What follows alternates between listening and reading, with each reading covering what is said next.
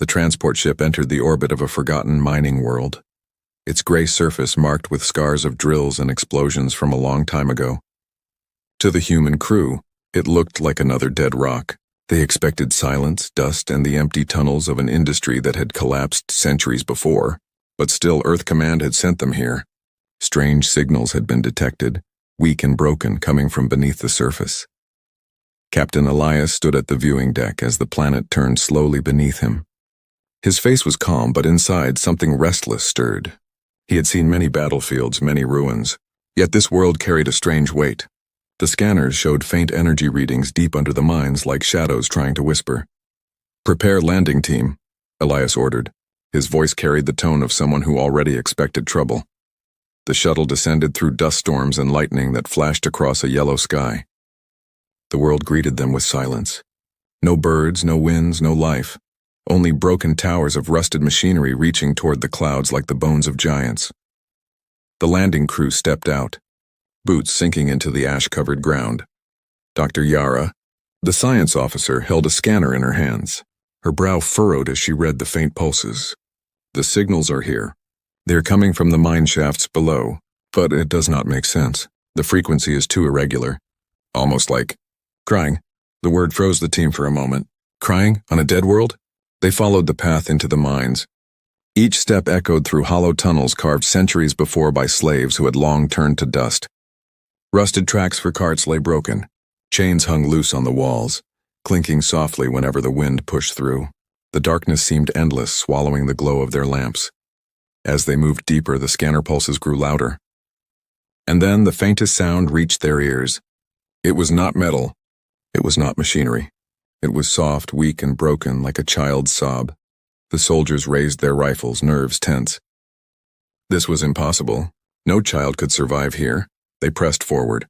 The sound grew clearer. Whimpers, small voices, fear. When the tunnel opened into a wide chamber, their lights fell upon cages, dozens of them, rusted bars, chains, and broken locks. Inside were figures so small, so fragile, that at first the humans thought they were illusions. But then the figures moved. Small heads lifted, eyes wide and hollow, stared back at the humans with fear. Children. Not human children, but children from across the stars. Their skin came in shades of blue, green, gray, and pale white. Some had scales, some fur, some delicate feathers. All of them looked starved, thin, and broken. The silence of the landing team shattered. Gasps filled the chamber. A soldier whispered, "By God. Who could do this?" Captain Elias knelt near one of the cages. A young alien child with silver eyes crawled closer, clutching the bars with weak fingers. The captain lowered his weapon and spoke softly. "It is all right. We are not here to hurt you." The child flinched but did not run. Behind him, dozens more eyes blinked, confused, afraid, but also filled with the smallest spark of hope. Dr. Yara scanned the children, her voice trembling. Malnourished. Bones fragile. They have been here for years, some of them for decades. She looked at Elias, horror in her eyes. "This is not random. Someone has been using this world as a prison. For children." The chamber grew colder with the weight of those words. One of the soldiers stepped forward. "Sir, what do we do? This is genocide." Elias's jaw tightened. He had seen war, blood, and fire, but never this. Never children locked in cages like animals. He stood tall, his voice heavy with rage that burned deep inside. "We take them out. All of them. And we find out who did this." The soldiers broke the locks and lifted the children carefully, wrapping them in thermal blankets. Some of the children cried, others stayed silent, too broken to understand freedom. But all of them clung to their rescuers, refusing to let go. As they carried them back through the tunnels, more cages were discovered. Hundreds. Each one filled with young lives stolen from across the galaxy. Outside, as the shuttle engines roared to life, Elias looked at the horizon. The ruined machines, the empty skies, the silence of the world, all of it stood as a monument to cruelty. He knew this was only the beginning. Whoever had done this had not hidden one cage on one planet. This was bigger, darker, a network of chains spread across the stars, and humanity had just stepped into it. As the shuttle rose into the sky, the cries of freed children echoed in the cabin. Some were soft, some were broken, but some carried a strength that pierced through silence. It was the sound of survival. Captain Elias looked at them, then at his crew. "Send word to Earth," he ordered. His voice was low, steady, like thunder waiting to break. "Tell them what we found. Tell them we discovered the enslaved children." The crew stared at him, waiting. Elias's eyes hardened. "And tell them this galaxy will pay in fire and in vengeance." The transport ship carried its strange cargo back to Earth. Inside the medical bay, alien children lay on clean beds, wrapped in white blankets. Machines hummed softly, scanning their fragile bodies. Nurses moved carefully, whispering words of comfort they could not understand. But the tone itself calmed them. The children did not speak much. They stared with hollow eyes, too used to silence and pain. Some shook at sudden sounds. Others clung to the hands of human soldiers, refusing to let go. Every scar on their bodies told a story that words could not. When the ship reached Earth orbit, a crowd was already waiting. Scientists, leaders, journalists, all summoned by the urgent report Captain Elias had sent. Few believed it at first. Slavery was not new in the galaxy. It was whispered about, hidden in shadows, but no one had dared to imagine this. Children stolen from their worlds, locked away to rot in cages. The evidence arrived before them, breathing, crying, living. In the council chamber, Elias stood at the center. Behind him, a large screen showed recordings from the mine tunnels. Rows of cages, small figures pressing against bars, the sound of weak sobs echoing in the dark. The chamber was silent. Not one leader spoke. Not one dared to interrupt. Finally, Dr. Yara's voice broke the silence. She stepped forward, holding up a datapad filled with medical reports. "These children come from more than 30 different species. None of them were reported missing by their governments. Their world said nothing, their council said nothing." She raised her eyes, filled with cold fury. "Which means they already knew, or chose to ignore it." The words hit like a blade. The chamber stirred, whispers spreading. But no one denied it. Elias's gaze swept over the leaders of alien worlds who sat in their tall seats, wrapped in fine robes and glowing emblems. He had fought alongside some of them in past battles, had called them allies, but now he saw only cowards. Who was responsible? He demanded. His voice echoed. No one answered. On the screen, the face of a child appeared. The silver-eyed boy who had first reached for Elias in the cage. His voice was weak, translated through machines, but his words carried a weight heavier than any fleet. "They wore the mark of fire. They took us. They laughed when we cried, the mark of fire, a symbol known across the stars, the sigil of the Crimson Dominion, the empire of slavers. Ruthless, feared, and untouchable. For centuries they had traded in flesh, building their power on suffering, and for centuries the galaxy had bowed in silence. Now the silence filled the chamber once again. The leaders of great civilizations lowered their eyes. No one spoke against the Dominion. No one dared. Elias felt his jaw tighten. His fist closed at his side. He had seen soldiers die with honor. He had seen battles lost with dignity. But this was worse than war. This was the murder of innocence, and the galaxy had watched without raising a voice. He turned to the humans present, military officers, scientists, ordinary men and women who had come to witness. "We cannot ignore this," Elias said. His tone was steady, each word a stone. "These children are proof, not just of slavery, not just of cruelty, but of cowardice. The galaxy fears the Dominion, so they closed their eyes. They buried the truth." He pointed at the screen where the cages flickered. "We will not close ours." The chamber erupted. Alien leaders shouted, some begging for caution, others whispering fear. "Do not start a war you cannot win," one cried. "The Dominion's fleets are endless," another warned. Elias did not raise his voice. He did not need to. He simply said, "This is not war. This is justice." Dr. Yara stepped beside him. "And justice begins with truth." She activated the broadcast system. Suddenly, every screen across Earth lit up with the same images. The cages, the children, the scars. News stations picked it up, spreading it beyond Earth, beyond human space. In hours, billions of eyes across the galaxy saw the truth. Silence could no longer hold. In distant worlds, citizens of alien empires gasped, cried, and raged as they saw their young stolen. Riots began in cities where people shouted for answers. Soldiers deserted from armies too cowardly to act. The galaxy stirred, a storm breaking the chains of fear. The Crimson Dominion responded with threats. Their warlords spoke through fire-lit broadcasts. promising destruction for those who dared accuse them. But humans did not answer with fear. Instead, Earth prepared its fleets.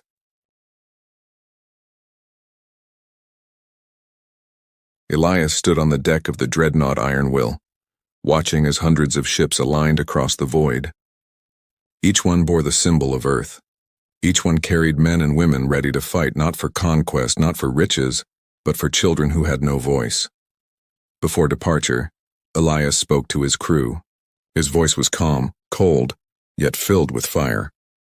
The galaxy stayed silent, but we will not.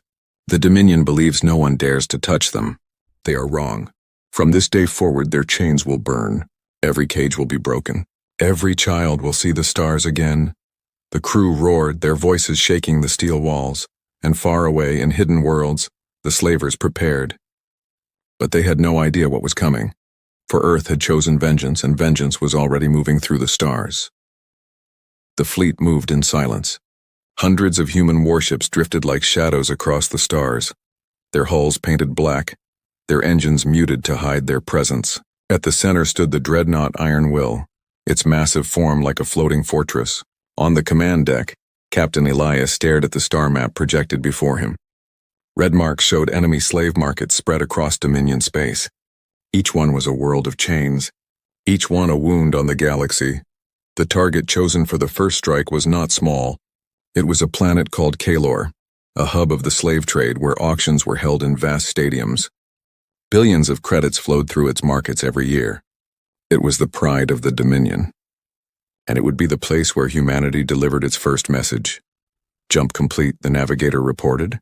We are inside Dominion territory. The stars outside shifted as the fleet emerged from the void. Before them hung Kalor, a glowing world of gold and crimson lights wrapped in defense stations and patrol fleets. To the Dominion, it was untouchable. To humans, it was the perfect place to strike. Elias gave no speech. His crew did not need words now. They knew why they were here. They had seen the children in cages. They had heard the silence of the galaxy. They carried the weight of it inside them, and it was heavier than fear. Begin the assault, Elias ordered. The sky lit up with fire. Human warships unleashed their weapons with precision, not on cities, not on homes, but on the slave markets, the fortresses, the chains. Plasma bolts ripped through defense stations. Missiles shattered patrol fleets before they could even form ranks. The Dominion was caught unprepared. They had always ruled through terror. They believed no one would dare touch Kalor. But now their great pride burned. On the planet's surface, crowds screamed as the markets exploded. The cages, filled with thousands of enslaved lives, cracked open as human dropships descended. Soldiers in black armor stormed the auction halls, tearing down slavers who tried to fight. Chains were cut. Doors were broken. One soldier, Sergeant Hale, found himself in a vast chamber where hundreds of children were being held, waiting to be sold. The moment they saw the humans, the children panicked, unsure if this was rescue or another kind of cruelty. Hale dropped his weapon to the floor, raised his empty hands, and said softly, "You are safe now. No one will hurt you again." The fear in their eyes shifted. Slowly, cautiously, small hands reached toward him. Then all at once the children rushed forward, clinging to him, to his armor, to the promise of safety. Hale's throat tightened as he lifted them into his arms. For the first time in years, they were not slaves. Above, the battle raged. Dominion warlords screamed over comms, calling in reinforcements. But every ship that arrived fell to the human fleet. The Iron Will moved like a beast through the fire, tearing enemy cruisers apart with railgun salvos. Across the galaxy, billions watched. The humans had broadcast everything: the destruction of the slave markets, the liberation of the enslaved, the burning of the Dominion's pride. The message was clear. Humanity had declared war on chains. On Kalor, the final stronghold was the High Auction Spire, a towering building where the richest slavers gathered to sell lives like toys. Elias himself led the landing team. He entered the spire with soldiers at his side. The walls dripped with luxury, golden floors, glowing statues, silk curtains. Yet all of it smelled of rot, the wealth of suffering. At the top of the spire, the Dominion's high masters waited. Their robes were crimson, their crowns heavy with jewels. They sneered when the humans burst in as if the very idea of being attacked was a joke. "You dare," one of them roared. "You are nothing." "Do you know who we are?" Elias raised his rifle, his eyes cold. "Yes," he said. "You are slavers. The masters tried to fight, tried to summon guards, but none could stop what came next." Human fire tore through the chamber. The slavers who had once ruled in fear fell screaming to the floor. When it was over, Elias stood before the great window of the spire. Outside, the skies of Kalor burned. Slave ships fell like meteors. Chains cracked open across the city. And in the distance, the people who had been enslaved raised their voices in cries of freedom. Elias spoke into the recorder. His message carried across every channel. His words were sharp, clear, and final. "This is not the beginning of war. This is the beginning of justice. Wherever there are chains, we will break them. Wherever there are children in cages, we will come." The Dominion thought the galaxy would stay silent. They were wrong. Humanity is not silent. Humanity is fire. The message spread like a storm. Across distant worlds, enslaved people whispered the word Earth with hope. In Dominion palaces, rulers trembled. Kylor, the jewel of the slave trade, had fallen in a single strike, and humanity promised it was only the first. The fall of Kalor sent a shockwave across the galaxy. News traveled faster than ships. Images of human soldiers breaking cages, of enslaved children crying in freedom, of Dominion markets burning spread on every world. For the first time in centuries, the chains of the Crimson Dominion trembled. On hidden planets, slaves whispered stories of the strike. On rich worlds, Dominion rulers shouted for vengeance. And in the halls of galactic councils, leaders who once stayed silent could no longer pretend nothing had happened. Humanity had forced the galaxy to look into the mirror of its own cowardice. But humans did not wait for approval. They moved again. The fleet split into strike groups. Each one carried soldiers, medics, and firepower enough to crush small empires. Their orders were simple: seek out the slave worlds, destroy the markets, and free the children. The war spread like wildfire. On the desert world of Drakor, human marines stormed a fortress where thousands of chained workers had mined crystal for Dominion warships. The sky turned red as the fortress walls fell, and the workers looked up in disbelief when strange voices shouted, "You are free." On the frozen mines of Valtor, human engineers cut through ice cages where small alien children lay half-frozen, barely breathing. Soldiers wrapped them in heat blankets, whispering soft words. For the first time in years, those children felt warmth. On the swamp planet Mirza, the Dominion tried to fight. Their fleets gathered to crush the humans. But when they faced Earth's warships, the battle lasted only hours. Human missiles cut through their defenses like knives. When the smoke cleared, the Dominion fleet was gone, and every prison camp on Mirza lay in ruins. The galaxy watched in awe and fear. For every cage broken, 10 more slaves rose up in rebellion. For every Dominion stronghold burned, whispers of freedom spread. Aliens who had once lowered their heads now lifted them. Species who had lived in fear for generations began to take up arms, not for conquest but for freedom. It was no longer just humanity's war. It was becoming something greater, but the Dominion did not remain silent.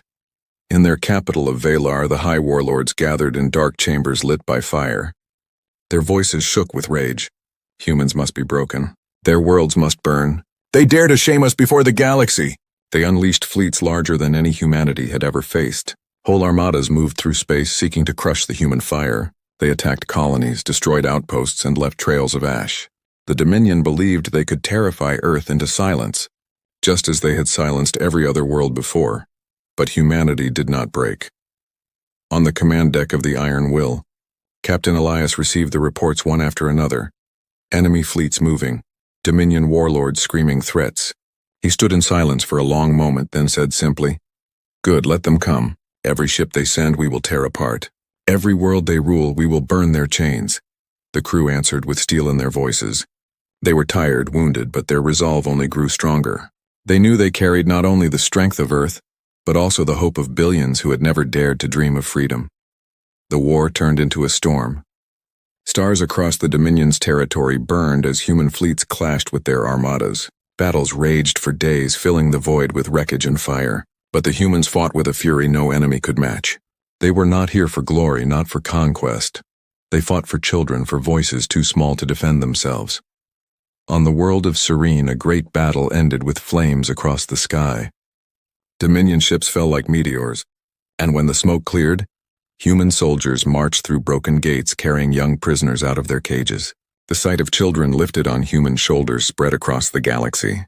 It was no longer just war. It was a story the galaxy could not unsee, and so rebellions ignited.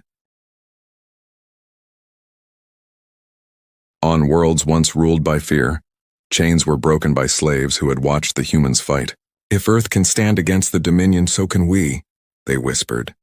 Cities rose in flames as the oppressed turned against their masters.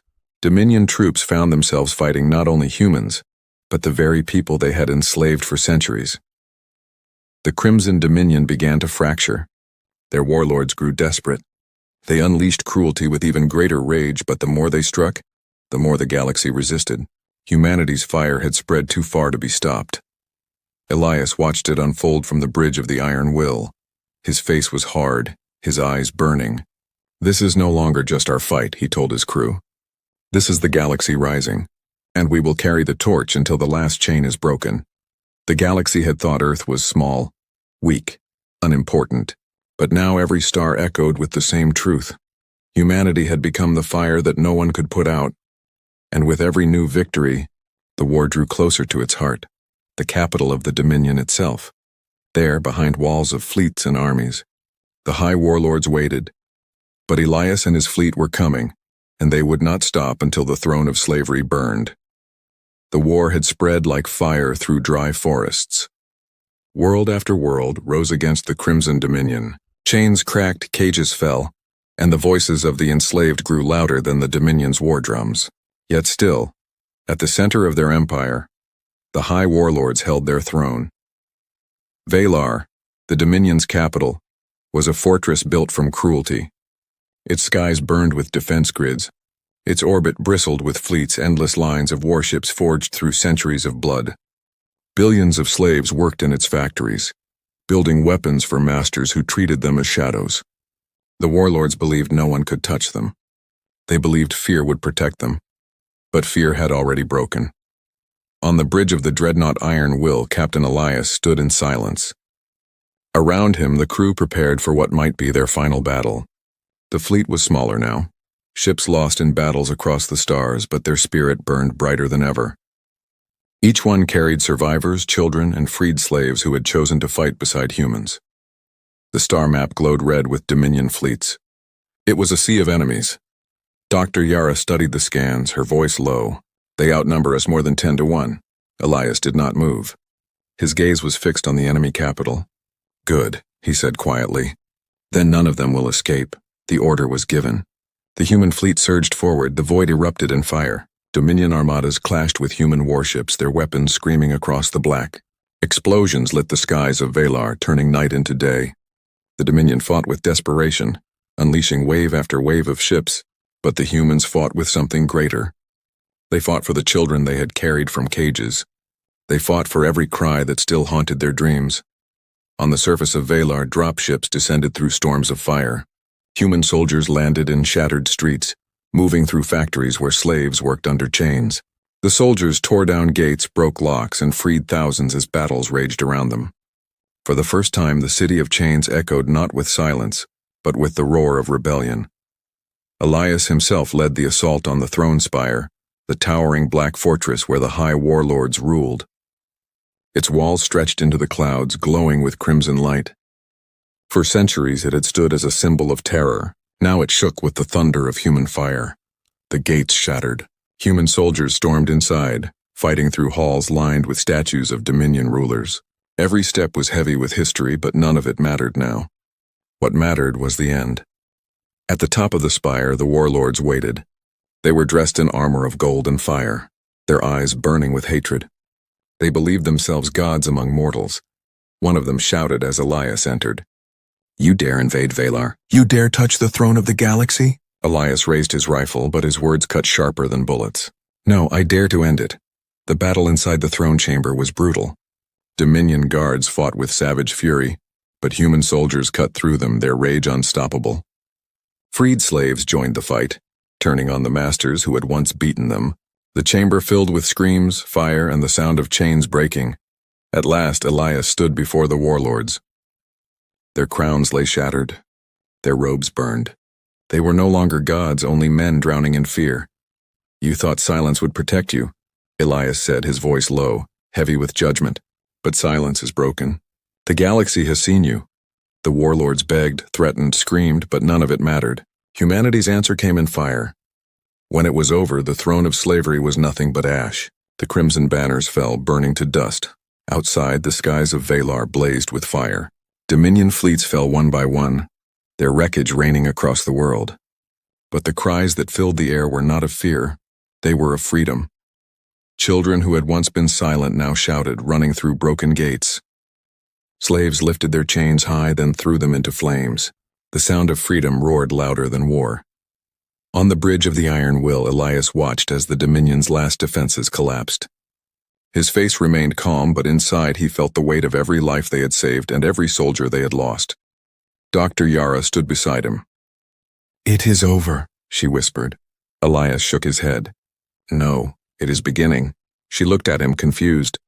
"What do you mean?" He turned from the burning world on the screen. "Today we destroyed the Dominion, but tomorrow there will be others.